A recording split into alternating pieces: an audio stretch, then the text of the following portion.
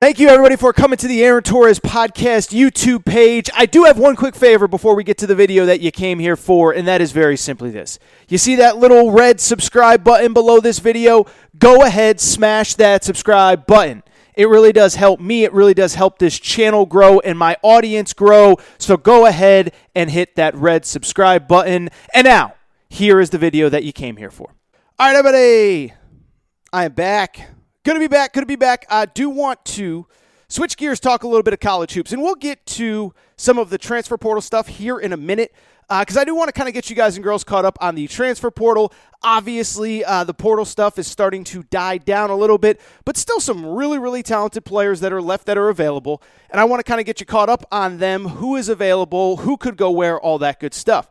But before we get to that, there was some actual news from the high school basketball recruiting ranks, where coming into Thursday, there was one uncommitted five-star for the high school class of 2022. In other words, the kids that just graduated high school or are in the process of graduating high school now will play college basketball next year.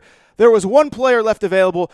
His name was Julian Phillips. Long story short on him, he was initially committed to LSU. Will Wade gets fired. He decides to reopen his recruitment.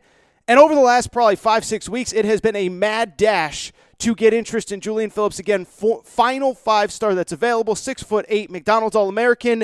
And finally on Thursday, we got his decision. Bunch of different schools jockeying to get him. It essentially really, if you kind of read the recruiting writers and all that stuff, it came down to Auburn, Tennessee, and the G League Ignite program. Well, drum roll please. Julian Phillips, 6'8" wing, originally from South Carolina, played at Link Academy in Missouri. On Thursday, chose to be a Tennessee Volunteer. That's right, Rocky Top, Tennessee, fight. Okay, I won't do the singing, but what talk about a major commitment for Rick Barnes. Rick Barnes does it again. You know what I would say even really quick before we get into who he is, what it means for Tennessee. I think this was kind of seen as a little bit of an upset in the recruiting world. He had for a long time been believed to be an Auburn lean. He ends up at Tennessee. Was there NIL involved? It seems as though both sides, I saw reporters from both sides seem to kind of hint that NIL may have certainly helped the cause. I do not know that for sure. That is the new world that we live in. But what I would tell you is either way, Tennessee got themselves a heck of a player, and so let's get into it. First of all, I mean, like I said a minute ago, this kid is just a real special talent.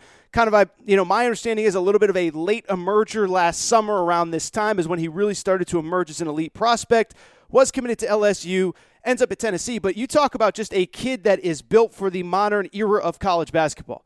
About 6'8", can step out, can hit threes. But what's really impressive about him is he just has that NBA-level athleticism that just pops off the screen and pops off the page when you watch film of him.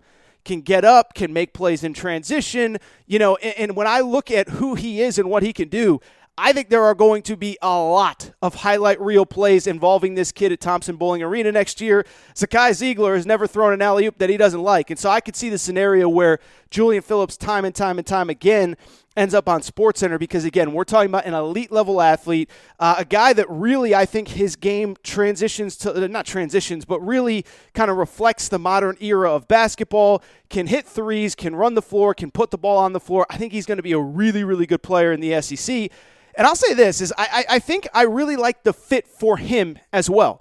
Really talented player, but listen, at the end of the day, what it comes down to is when you go to college, are you going to use that year to get better and to really be put in position to succeed?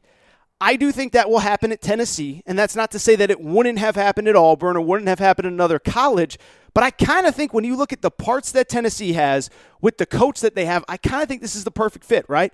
First of all, Rick Barnes, you can criticize Rick Barnes about a lot of stuff, and we'll get into some of that in a minute. But for the most part, he is a heck of a talent developer and a coach who holds his players accountable, right? First of all, the talent evaluation and development speaks for itself. Watching the NBA playoffs right now, Grant Williams is playing a big role for the Celtics. Yves Pons has had his moments throughout the NBA season as well. But what I also like about Rick Barnes is he's a guy that holds his players accountable. I mean, he said it on this podcast. He goes, we are a no-excuses program. We get in the film room. We talk honestly, we are brutally honest, and sometimes we're really tough on kids in a way that they've never had, coaching in this manner before. You look at this past season, now this isn't something that I talked with him about, but you go back to this season, I mean, there were reports that early in the middle of the season, Kennedy Chandler kind of wasn't doing what Rick Barnes needed a point guard of his caliber to do. Rick Barnes got on his butt, Kennedy Chandler got better, and Tennessee doesn't win an SEC championship, at least the SEC tournament title, without Kennedy Chandler playing at the level that he did. And so I think Rick Barnes is going to hold him accountable. And then I do think the other thing as well is the fact that you have veterans in that locker room that are going to hold him accountable as well. For people who forget what that Tennessee roster looks like, they do technically still have 2 players that are testing the NBA draft waters, although I suspect they'll both be back. Santiago Fascovi will be a 4th-year player. Josiah Jordan-James will be a 4th-year player. Zakai Ziegler, the point guard, will be a 2nd-year player. So a lot of veterans in this locker room, and I think it helps in 2 ways. I remember talking about this with Ty Washington last year when he committed to Kentucky. Is 1, this kid doesn't have to do it all himself. And again, not saying he would have had to do it all himself at Auburn or somewhere else, but he doesn't have to do it all himself. He can take his time and get comfortable, but he also can't coast. He also can't take it easy because he's going to have older players in that locker room to keep him in line. Finally, what I would say, he is a very nice piece on what I think is a very interesting Tennessee team. Now, let's be honest. I know every time that on this show that I say anything nice about Tennessee, I know what's coming next. Rick Barnes doesn't get it done in March. Rick Barnes doesn't get the job done in March. And I'll say this in defense of Tennessee fans. I think there are some times that fan bases are in denial about a coach or a player or this or that.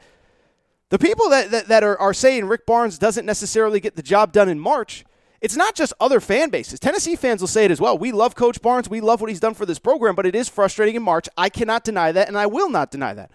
What I would also say, though, is it's not that long ago that I remember Tennessee under, Quanzo Martin, that I remember Tennessee under, why am I blanking on the guy's name? The guy that got them in all the trouble with the NCAA, the one-year guy, Donnie Tyndall. Donnie Tyndall, how can I forget Donnie Tyndall? So the point I'm trying to make is Rick Barnes has clearly elevated this program. And the one thing I would also say is all you can really ask for from your coach is to have a team that's good enough to put the team in position every single year and have them in position to be in position to have success in March. What is the old saying? What is the old thing that John Rothstein likes to say? You want to be in position to be in position? One thing you can't deny about Rick Barnes, they're in position to be in position every year at Tennessee. Sometimes they have not taken advantage, including this past season when they lost in the 2nd round off of that SEC tournament championship win.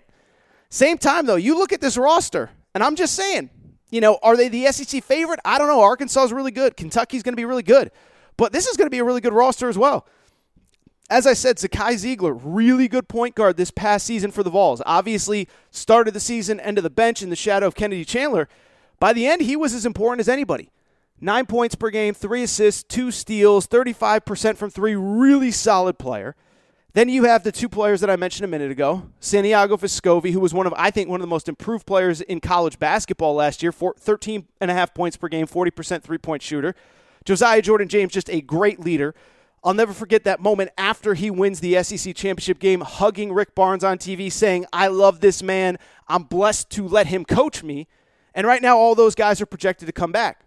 So now you slide in this kid, Julian Phillips, at the 4, McDonald's All-American, difference maker. I mean, that's the kind of kid that, like Kennedy Chandler this year, I don't know if he's going to be great in November and December, but in March, he might be a kid that can put you on his back for a game or 2 and lead you to success. Front court, you also have Olivia Kangwa, who's coming off an injury. He'll be back. Uros Plavic will be back. Plajic, I don't know how to ever say his name. I know how to spell it, and I love Uros. Big guy, really successful. Jonas Adu. But Tennessee's got a really interesting roster next year, so I don't want to belabor the point. I want to get some of the transfer stuff, but good recruiting win for Rick Barnes. Julian Phillips is headed to Tennessee. I think he will be really good.